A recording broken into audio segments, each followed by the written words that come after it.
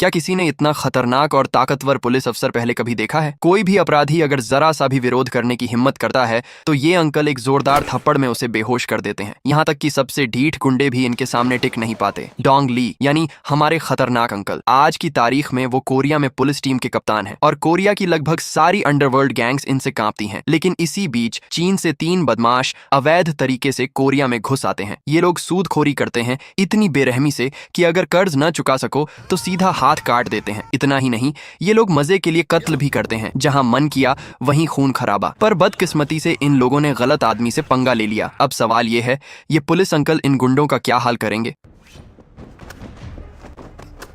कहानी शुरू होती है कोरिया की एक छोटी सी गली से। यह इलाका हमेशा झगड़ों और हंगामों से भरा रहता है। जैसे अभी 2 आदमी हाथों में चाकू लेकर एक दूसरे को धमका रहे हैं। हालांकि कुछ सिक्योरिटी गार्ड उन्हें रोकने आते हैं, लेकिन दोनों फिर भी लड़ने पर उतारू रहते हैं। उसी वक्त वहां से हमारे डोंग ली गुजर रहे होते हैं। बिना समय गवाए वो एक बदमाश का हाथ मरोड़ कर तोड़ देते हैं, सिर्फ इसलिए कि उसने ज्यादा अकड़ दिखाई। दूसरा बदमाश ये देख सन्न रह जाता है। वो फौरन चाकू सौंप देता है। आसपास के लोग डोंग ली को एक सच्चा हीरो मानने लगते हैं। लेकिन ये तो बस शुरुआत है, क्योंकि अब इन पुलिस अंकल के सामने और भी खतरनाक केसेस आने वाले हैं। डोंग ली को खबर मिलती है कि बी बार में किसी पर पीछे से चाकू से हमला हुआ है। जो आदमी घायल हुआ है वो मांग सांप गैंग का एक छोटा सदस्य होता है। अभी सही गलत कुछ भी साफ नहीं था, इसलिए डोंग ली सीधे मांग सांप गैंग के लीडर से पूछताछ करने पहुंचते हैं। लेकिन वहां उसके गुंडे बहुत ज्यादा बदतमीजी दिखाते हैं और डोंग ली को अंदर घुसने नहीं देते। नतीजा, जो आगे बढ़कर अक्कड़ दिखाता है उसे डोंग ली एक जोरदार थप्पड़ मारते हैं और वो वहीं बेहोश। डोंग ली से बदतमीजी सीधा मुंह टूटने वाला काम है। अब मांग सांप गैंग का असल बॉस भी कुछ कहने की हिम्मत नहीं करता। वो बताता है कि उसके आदमी पर जेएसयू गैंग के लोगों ने चाकू से हमला किया था। इतनी बात सुनते ही डोंग ली जेएसयू गैंग के इलाके में पहुंच जाते हैं। जैसे ही संदिग्ध आदमी डोंग ली को देखता है वो भागने लगता है। डोंग ली के पुलिस साथी उसका पीछा करते हैं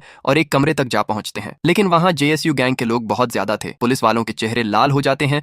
तभी सब एक तरफ हटते हैं और डोंग ली को काम संभालने देते हैं। एक बदमाश आगे बढ़कर डोंग ली को गाली देता है और अगले ही पल उसका मुंह टेबल में धंसा दिया जाता है। जेएसयू गैंग बस खड़ी रहती है। किसी की हिम्मत नहीं होती कुछ करने की। संदिग्ध आदमी समझ जाता है कि अब मामला खराब है, इसलिए वो बाहर की ओर भागता है। चल देखता हूँ कितनी दूर भागेगा। डोंग ली थोड़े मोटे जरूर हैं, लेकिन दिमाग बहुत तेज है। वो दूसरे रास्ते से घूमकर सीधे संदिग्ध के सामने आ जाते हैं। लेकिन ये बदमाश अब भी नहीं सुधरता। वो चाकू निकालकर धमकाता है। डोंग ली शांति से कहते हैं चाकू रख दे, लेकिन वो नहीं मानता। नतीजा, एक ऐसा थप्पड़ की सीधा जमीन से दोस्ती हो जाती है। किस्मत अच्छी थी कि डोंग ली ने हाथ हल्का रखा, वरना ये तो सीधा ऊपर पहुंच जाता। अब दूसरी तरफ याद है वो 3 चीनी गुंडे जिनका जिक्र पहले हुआ था। चीन में खास तौर पर वांटेड होने की वजह से ये लोग कोरिया भाग आए थे। यहाँ आकर इन्होंने सूदखोरी शुरू कर दी और बेहद बेरहमी से मर्डर्स करने लगे। मांग सांप गैंग का एक छोटा सदस्य इनसे 30 मिलियन वॉन उधार लेता है, लेकिन ब्याज ऐसा लगाते हैं कि राशि सीधे 200 मिलियन वॉन हो जाती है। इतना पैसा कौन देगा? इनका बॉस मी चान अपने 2 गुंडों को भेजता है। दोनों उस लड़के का एक हाथ बुरी तरह तोड़ देते हैं ताकि सबको चेतावनी मिल जाए। मतलब साफ था, पैसा नहीं दिया तो जान भी जा सकती है। इधर डोंग ली पहले वाले संदिग्ध को थाने ले आते हैं, लेकिन ये आदमी बहुत जिद्दी निकलता है। किसी भी हाल में असल मास्टरमाइंड का नाम नहीं बताता। अब डोंग ली को मजबूरन अपना खास तरीका अपनाना पड़ता है।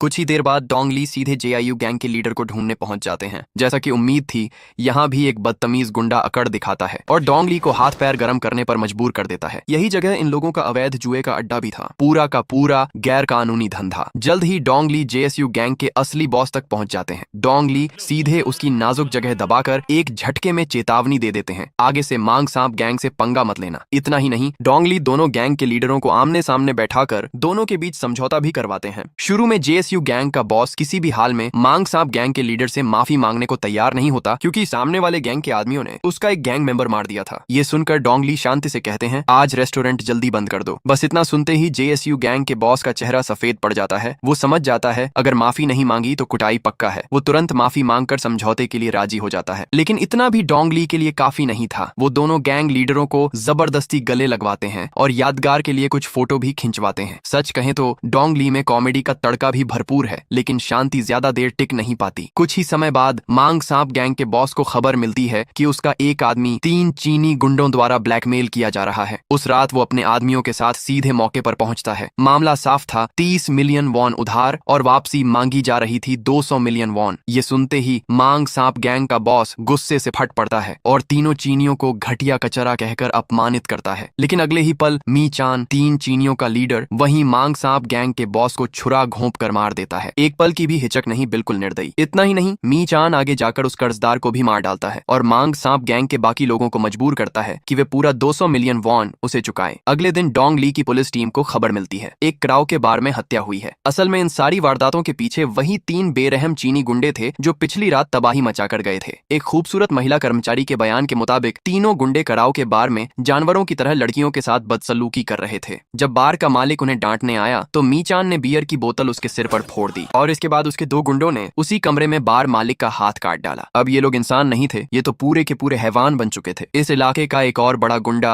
सांग हू बहुत भड़क जाता है और अपने आदमियों को 3 चीनी गुंडों को खत्म करने भेजना चाहता है, लेकिन डोंग ली उसे रोक देते हैं। वो कहते हैं सब छोड़ दो, ये मामला मैं खुद संभालूंगा, कोई बीच में नहीं आएगा। असल में मांग सांप गैंग का बॉस पहले ही मारा जा चुका था, उसके सारे आदमी अब इन्हीं हैवानों के कब्जे में थे। सबसे डरावनी बात यह थी कि तीनों चीनी गुंडों ने मांग सांप गैंग के बॉस की लाश को टुकड़ों में काटा और अलग अलग कचरे की थैलियों में भरकर सड़क किनारे फेंक दिया। इस घटना ने पूरा इलाका हिलाकर रख दिया, यहाँ तक कि डोंग ली भी यकीन नहीं कर पाए कि कोई इतना क्रूर कैसे हो सकता है। मांग सांप गैंग के आदमियों को कब्जे में लेने के बाद उस हैवान ने सीधे जेएसयू गैंग के बॉस का गेम सेंटर भी हड़प लिया। इतनी हिम्मत पहले कभी किसी में नहीं थी, लेकिन फिलहाल ताकत उसी हैवान के पास थी। जेएसयू का बॉस दांत पीस कर इलाका छोड़ने को मजबूर हो जाता है, यहाँ तक कि मांग सांप गैंग के बॉस का सबसे भरोसेमंद आदमी भी दिन रात मेहनत करता है ताकि उन हैवानों को खुश रख सके, और इससे भी बदतर उसकी पत्नी उस हैवान की दासी बना दी जाती है। इससे ज्यादा दर्दनाक और क्या हो सकता है। अब देखना यह था कि 3 चीनी गुंडे कितने दिन सुकून से जिंदा रहते हैं। अगले ही दिन सांग हू गैंग के लोग सीधे उनका गेम सेंटर पूरी तरह तबाह कर देते हैं। जैसे को तैसा, तुम लोगों ने उनका कराओके बार तोड़ा तो अब तुम्हारा अड्डा भी मिट्टी में मिला दिया गया। मी चान के 2 आदमी गुस्से से पागल हो जाते हैं। इलाका अभी अभी हाथ आया था और इतनी जल्दी कोई और रौंद गया। तभी वहां जेएसयू गैंग के लोग पहुंच जाते हैं और उन पर अटैक कर देते हैं।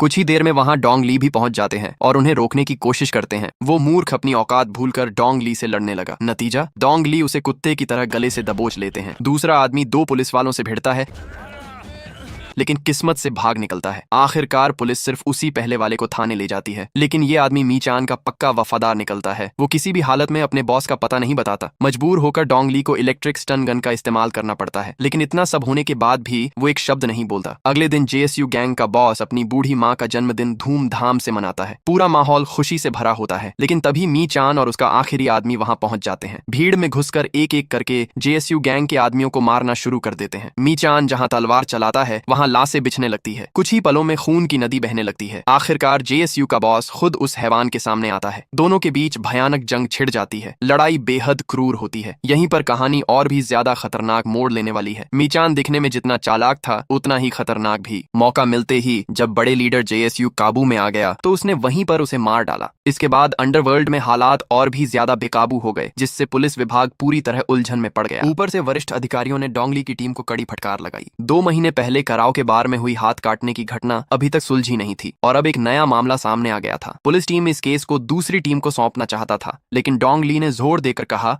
कि वह खुद इन सभी मामलों को सुलझा सकता है। दूसरी टीम का इंस्पेक्टर भी इस केस को हथियाने आ गया, जिससे दोनों टीमों के बीच लड़ाई शुरू हो गया। आखिरकार मुख्यालय ने फैसला किया कि केस डोंग ली की टीम ही संभालेगी, लेकिन शर्त यह थी कि उनके पास सिर्फ 10 दिन होंगे। लीडर्स के बाहर जाते ही डोंग ली ने उस दूसरे इंस्पेक्टर से हाथ मिलाया। काम छीनने की कोशिश का यही अंजाम होता है। उधर मी चान 2 अन्य साथियों के साथ सौदे की बात कर रहा था, तभी सांग हू के गुंडे वहां पहुंच गए। किस्मत अच्छी थी कि वह बचकर निकल गया, वरना उसकी हड्डियां तक चूर हो जाती।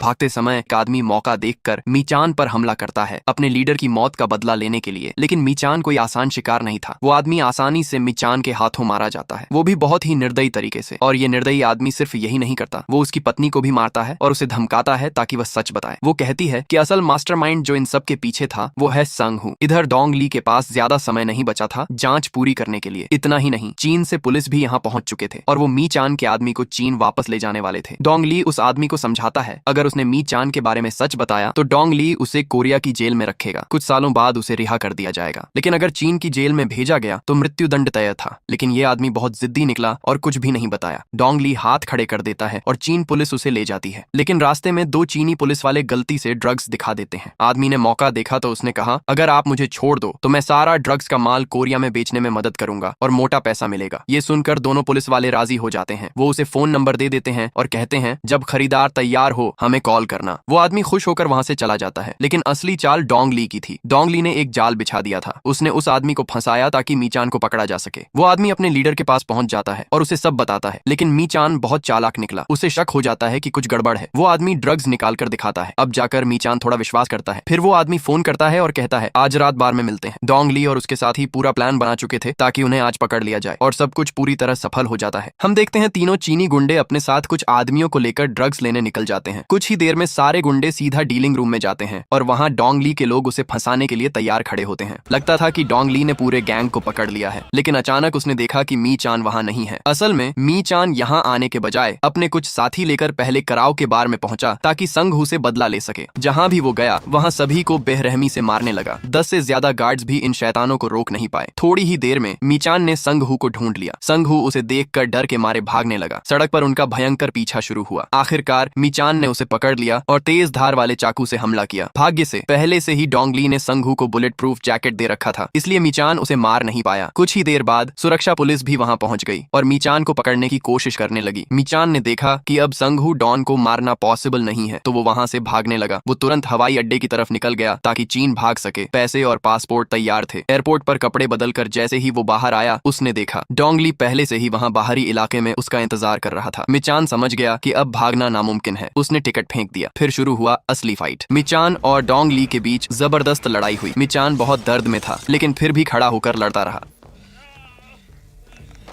लेकिन डोंग ली ने एक जोरदार थप्पड़ मारा और मीचान बेहोश हो गया। एंड में सभी अपराधियों को कानूनी सजा दी गई। बुरे लोग हमेशा भयानक परिणाम भुगतते हैं। क्या आप मानते हैं कि डोंग ली सच में एक असली हीरो पुलिस ऑफिसर हैं? कमेंट में जरूर बताइएगा। और इस स्टोरी को 5 स्टार में से आप कितना देना चाहोगे जरूर बताइएगा। और हो सके तो वीडियो को लाइक करके चैनल को सब्सक्राइब भी जरूर कर लीजिएगा।